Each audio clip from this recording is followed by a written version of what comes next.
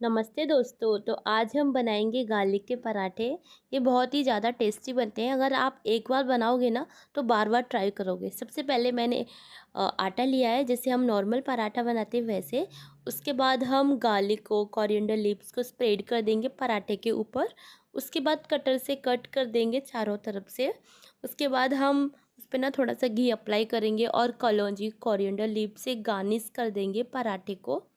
उसके बाद फिर उसे कुक करेंगे अच्छे से दोनों साइड से। ये बहुत ज़्यादा टेस्टी और क्रिस्पी बना था।